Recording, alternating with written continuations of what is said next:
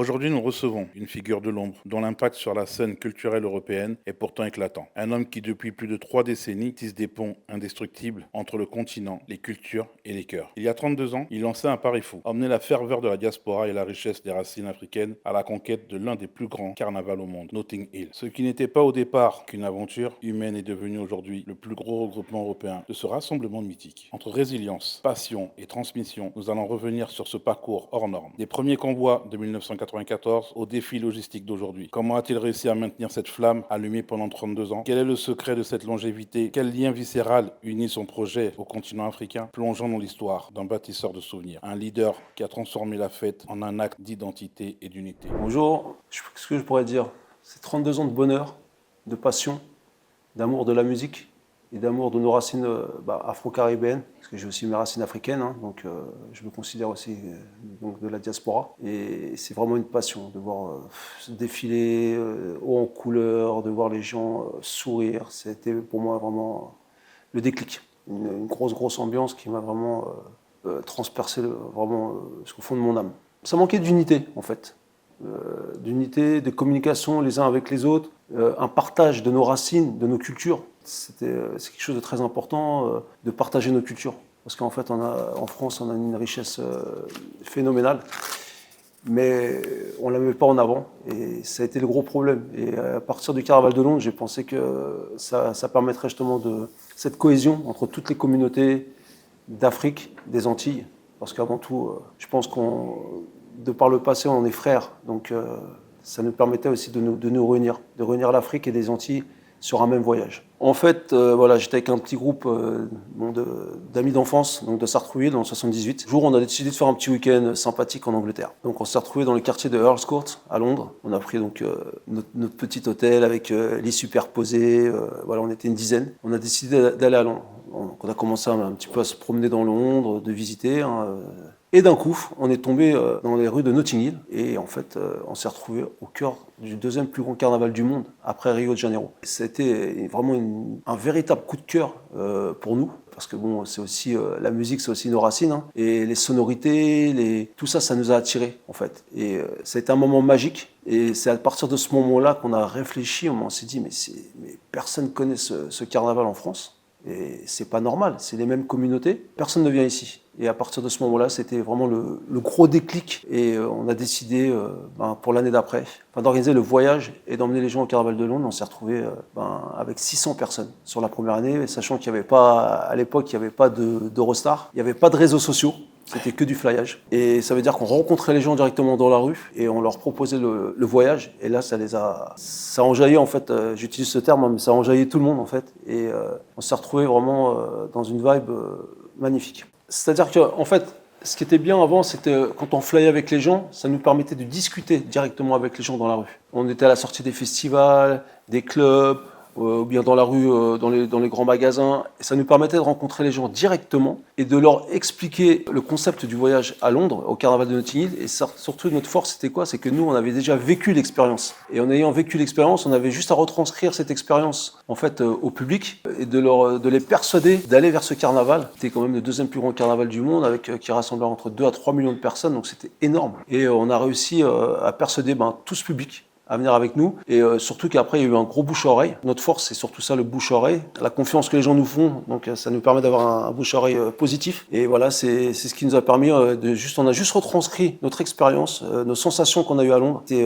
comme si ils étaient au cœur du carnaval en même temps que nous. Ils ont kiffé, puis ils ont adhéré et ils ont pris leur place. Voilà. En fait, nous, on a une certaine technique. Donc déjà, on est un staff. Il y a des encadrants qui sont issus pratiquement tous de l'événementiel, donc qui ont cette facilité à parler avec les gens, à ambiancer les gens, à les mettre en confiance pendant le voyage. Et ce qu'on fait, c'est qu'on se rassemble, on essaie de rassembler au maximum le groupe et de se tenir, en encadrant le groupe, on arrive à aller jusqu'au cœur du carnaval tous ensemble, en organisant des chorégraphies, en les ambiançant, donc ça veut dire que ça resserre le groupe parce que les gens ne veulent pas nous quitter, parce qu'ils sont dans une ambiance, donc ça nous permet de les garder avec nous et de les emmener jusqu'au cœur du carnaval. Après, c'est sûr qu'une fois qu'on est au cœur du carnaval, il y a quand même 2 à 3 millions de personnes, donc à un moment, le groupe va se scinder en plusieurs petits groupes, mais jusqu'au carnaval, c'est une grosse ambiance et on arrive quand même à garder un maximum du public avec nous Et c'est ça qui fait notre force, c'est aussi l'encadrement, parce que on n'emmène pas des gens à Londres pour une fois qu'ils sont là-bas, on les lâche dans la nature. Non, on a eu une expérience, on a vécu une expérience, on connaît les quartiers de Londres, on est professionnel, on a cette proximité avec Londres. Donc voilà, ça nous permet aussi de pouvoir renseigner les gens et de les rassurer une fois qu'ils sont à Londres, si c'est leur première fois. Et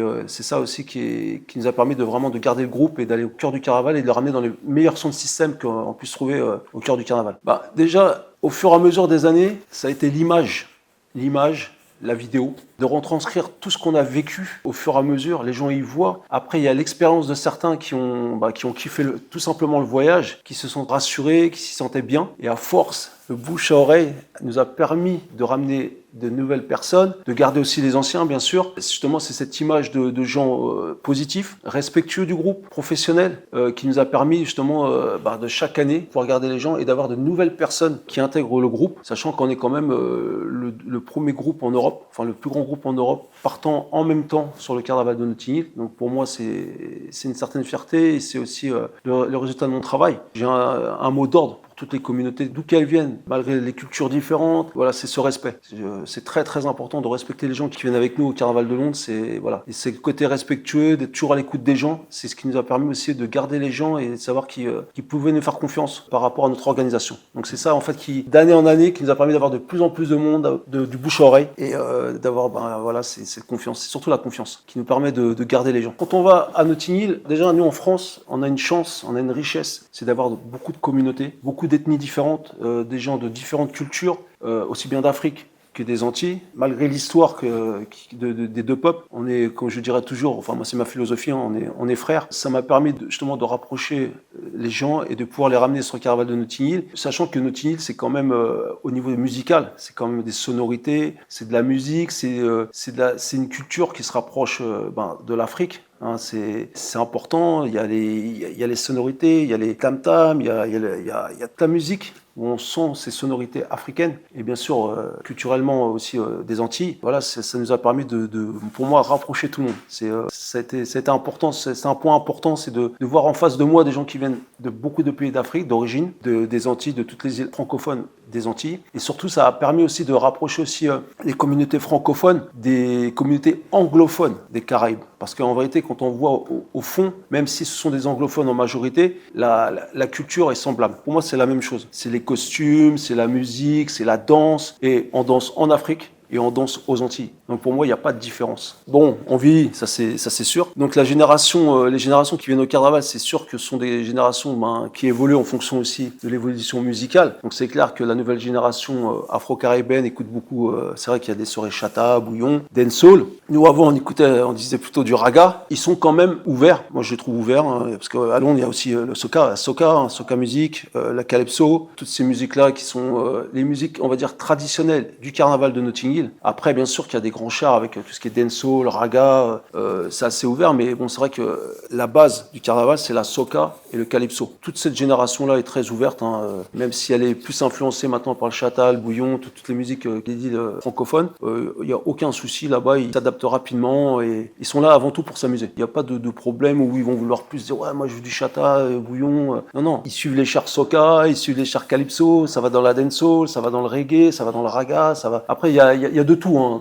Là-bas, ce qui est bien, c'est qu'il y a des différents sons de système où on peut avoir même des fois, on a même des DJ francophones hein, qui sont là, qui sont présents à Londres, donc qui proposent aussi des événements en after du carnaval. Ça leur permet aussi d'avoir des ambiances chata, bouillon à Londres, qui sont sympathiques aussi. Hein, donc non, c'est un super public, franchement. Les gens ils peuvent dire ce qu'ils veulent, avoir des préjugés comme ils veulent, mais le public que nous on brasse à Londres, franchement, ils sont vraiment au top. Ils sont vraiment là pour s'amuser, ils sont respectueux. Donc malgré les préjugés qu'on peut avoir sur les communautés, moi j'ai pas de problème à Londres. Là, on est là pour qu'ils s'ambiancent, pour qu'ils s'amusent, avant tout. On n'est pas là pour les problèmes ou les choses comme ça. Donc non, il n'y a pas à ce niveau-là, il n'y a pas de problème. Une journée type, si on est sur la base des jours du carnaval, donc tout le monde se réveille tranquillement, on a la partie petit déjeuner, donc ce qui est bien où on loge, c'est qu'on a un grand buffet continental ou anglais, donc les gens viennent, s'ambiancent, discutent, même des soirées qu'ils ont pu passer avant le début du carnaval, hein. Donc les gens qui sont arrivés par exemple le jeudi, le vendredi ou le samedi, ils ont déjà été en soirée, ils échangent déjà, oui on était dans une soirée, c'était mortel, on a kiffé, tout ça. C'était déjà un premier point positif. Donc ça discute pendant le petit déjeuner. On fait le tour des gens qui sont au petit déjeuner pour savoir si leur soirée s'est bien passée, s'ils n'ont pas de soucis avec leur chambre. Toute cette partie organisation qui est très importante pour moi. Ensuite, nous, on leur donne des rendez-vous le dimanche. Par exemple, si c'est le dimanche, on va tous descendre en bas de l'hôtel, habillés avec le t-shirt offert par nos soins à tous les participants. Ça nous permet d'avoir une grande photo de famille avec tous les participants en bas de l'hôtel. On fait du shooting personnel pour que les gens puissent récupérer quelques photos. Et ensuite, tout le monde retourne dans sa chambre, ça se change, ça se met en tenue, ça se prépare. Et ensuite, à partir de, on va dire 11h30, midi, on va commencer à être tous en bas. Donc ça commence à s'ambiancer, sifflet, vous êtes là. Les accompagnateurs commencent un petit peu à ambiancer les gens dans un mood, on va dire, festif. Et ensuite, on se dirige jusqu'au métro. Donc le métro, c'est pareil, c'est très festif. On rentre tous dans le métro ensemble. Ça chante, ça s'ambiance. Donc les gens sont déjà très très chauds. Et après, on arrive jusqu'à Notting Hill. Et une fois arrivé à Notting Hill, donc voilà, on arrive devant le métro. Généralement, on essaie de regrouper tout le monde. Et là, on fait décorer. Donc il y a une grande avenue. Souvent, on descend plutôt à Bayswater, donc qui est une station après le Notting Hill. Et souvent, on se regroupe. Et on fait une chorégraphie. On fait des chorégraphies de folie de manière à mettre déjà les gens dans l'ambiance. Puis il y a tout le monde qui filme, ça nous permet d'avoir de la vidéo, de la photo, et puis de très très bons souvenirs. Et après on se dirige vers les sons de système qui sont au cœur du carnaval. Donc des sons de système comme le Rampage, on a des sons de système comme le BBC One ou le Channel One, sound system. Et après il y a toute la partie char où les gens peuvent suivre les chars à leur convenance, ressortir du dispositif. Ensuite ils dirigent vers tout ce qui est stand afro-caribéen où on peut manger les jerk chicken, on peut manger de la noix de coco, canne à sucre, enfin tout ce qui vient des îles, se restaurer sur place et retourner danser jusqu'à la nuit. Jusqu'à à peu près 19h, 19h30, le carnaval est ouvert. Et après, voilà, tout le monde rentre, on va dire, à l'hôtel, avec de très très beaux souvenirs. Donc ça arrive ambiancé, les gens sont super contents. Et ensuite, ça commence à se préparer, ça va aller manger un petit peu aux alentours de l'hôtel ou bien plutôt dans le centre. Ils vont tous partir, généralement ils partent en soirée. Il y en a beaucoup qui partent dans les différentes soirées qu'on leur a proposées. On leur a envoyé des flyers, des liens. On leur propose des soirées qu'on nous suggère ou bien que nous on a répertoriées sur les différents sites anglais. Et ils vont tous, généralement ils discutent entre eux. Et puis ça leur permet aussi de pouvoir partir en groupe, de prendre les Uber ou bien de prendre les métros et d'aller en club. Déjà, quand on voit la seule année où je n'ai pas fait le carnaval de Londres, il y a eu la partie Covid bien sûr, et on a eu la partie des attentats de 2005. Donc en 2005, j'ai eu une inscription, donc on a remboursé bien sûr. Et c'est la seule période où les Français ne voulaient pas aller au carnaval en pensant que ça allait être annulé, que c'était dangereux, alors que le carnaval a bien eu lieu, parce que les Anglais, ils ont une philosophie un petit peu différente de la nôtre. Dans l'adversité, ils sont très forts, c'est-à-dire que même qu'ils aient des attentats, qu'ils aient des attaques comme il y a pu avoir à Londres, des attaques au couteau, des choses comme ça, ça les empêche pas d'être dans la pensée festive en fait. Ils continuent à faire la fête malgré ce qui peut se passer. Le Covid, bien sûr que le Covid nous a empêché de faire le carnaval de Londres, donc on a raté une année à cause du Covid. C'est qu'après on a recommencé, on n'a pas lâché, c'est-à-dire qu'on pendant toute l'année, je continue un petit peu à poster par rapport à Londres, les anciennes vidéos, les anciennes photos. Ça permet aux gens de toujours être toujours en contact avec nous et d'être toujours dans le souvenir. Et ce souvenir-là leur permet de toujours penser à ce qui s'est passé avec nous. Et à ce moment-là, c'était beaucoup plus simple pour se dire que l'année d'après, on allait recommencer. Donc les gens étaient très impatients qu'on recommence le Carnaval de Londres. Donc ils étaient impatients que les inscriptions commencent. Ça nous a fait un petit break, ça nous a fait du bien. Les retours que j'avais beaucoup pendant le Covid, c'est le Carnaval de Londres leur manque. Voilà, donc ça. Après, quand on a des années d'expérience, et puis les gens nous oublient difficilement, quelque chose qu'ils n'ont pas oublié. On a les petits cousins, les petites cousines. Il n'y a pas très longtemps, justement, j'ai un ami qui m'a appelé, qui m'a dit Adama, écoute, ma fille a grandi, elle veut partir au Carnaval de Londres, donc je compte sur toi pour avoir un petit œil sur elle. Je fais, il n'y a pas de souci, elle est la bienvenue. C'est sa fille, et lui, il venait à l'époque avec nous. C'est vrai qu'on a beaucoup de gens qui sont issus des mêmes familles qui venaient avec nous. Après, bon, bien sûr, il y a toujours cette histoire de bouche à oreille, mais qui reste entre amis. Après, oui, effectivement, on a pas mal de gens qui nous envoient leurs enfants maintenant. Ça fait plaisir, c'est là que ça démontre leur confiance. Parce que tout le monde n'aura pas confiance d'envoyer leurs enfants au Carnaval de Notting Hill à Londres sans être là. Donc pour eux, c'est important d'avoir cette sérénité. Ils savent qu'entre mes mains, voilà, moi je suis pas quelqu'un qui fait des zigzags. C'est-à-dire que voilà, j'ai fait tout pour que ça soit carré, que ça soit vraiment très bien organisé et que les gens se sentent en sécurité. La priorité, c'est la sécurité. Donc des fois, j'ai des directives à leur donner par rapport au Carnaval de Londres. des comportements à avoir en Angleterre qui sont importants pour moi. Comme ça, au moins, ça rassure tout le monde. Et donc, je peux dire aux grands, continuez à nous envoyer vos enfants, c'est pas un problème. J'ai un sentiment de fierté en fait, parce que je sais que le travail que j'ai effectué, j'ai toujours essayé de l'effectuer de la bonne manière. Et je sais que si j'en suis là aujourd'hui, c'est que le travail a bien été fait et que j'ai fait quelque chose de propre, de connu. Parce que quand même, au bout de 32 ans, devenir, comme disait TF1 l'année dernière, devenir le plus grand groupe d'Europe, ça a été pour moi une fierté et puis une consécration de mon travail. Parce qu'en fait, c'est un véritable travail d'organiser un groupe comme ça, parce qu'on a quand même des responsabilités. Donc moi, je dirais que je suis très fier. Je suis très fier de mon travail. Et ça me permet aussi de connaître ma valeur en tant qu'homme, en tant que créateur d'un événement. Je sais que et les retombées que j'ai, je sais que j'ai bien fait les choses. La prochaine étape, j'aimerais m'orienter sur tous les carnavals du monde, parce qu'il y en a beaucoup. Il y a même dans les îles anglophones ou bien francophones des Caraïbes, il y a les États-Unis, en Europe, il y a de grands carnavals aussi. Il y a Amsterdam, Rotterdam, Berlin. Et j'aimerais m'orienter sur tous les carnavals, quoi. Parce que le carnaval de Londres, c'est quand même le deuxième plus grand carnaval du monde en tant qu'afro-caribéen, enfin pour les communautés afro-caribéennes. Et c'est la base. Pour moi, Londres, c'est la base. Après, il y a plein de petits carnavals et il y a des carnavals qui grossissent. Quand on voit la Martinique cette année, qu'on mis le niveau très très haut, même surtout au niveau costume, au niveau ambiance. J'ai vu les images. J'ai pas encore la chance d'aller en Martinique, mais j'aimerais bien y aller un jour pour voir comment ça se passe. Et pour nous, c'est une véritable passion. Il y en a qui pourraient prendre ça comme une appropriation culturelle. Mais la culture afro-caribéenne, elle a beaucoup de similitudes. J'ai des origines marocaines, mais chez moi, au Maroc, on a les tam-tams de l'Afrique. Donc il n'y a pas d'Afrique du Nord ou Afrique noire ou je ne sais quoi. On doit être unis justement à ce niveau-là. Au niveau du peuple afro-caribéen, on doit être unis. Parce qu'en fait, on a des similitudes dans nos cultures. Creusons un petit peu, on trouve beaucoup de choses similaires. En Afrique, il y a du potentiel. Il y a un énorme potentiel justement. Après, ce serait un peu plus difficile en Afrique parce qu'il y a beaucoup de pays, beaucoup d'ethnies, beaucoup de cultures différentes. Donc après, c'est juste de trouver le juste milieu de manière à pouvoir rassembler plusieurs pays africains en un pour le même but, un carnaval africain. C'est un petit peu la difficulté parce que les mentalités en Afrique sont différentes. Il y a des très très belles choses à faire, mais après, c'est de voir comment le construire. Mais bien sûr que c'est faisable. La passion. J'utiliserai le mot passion.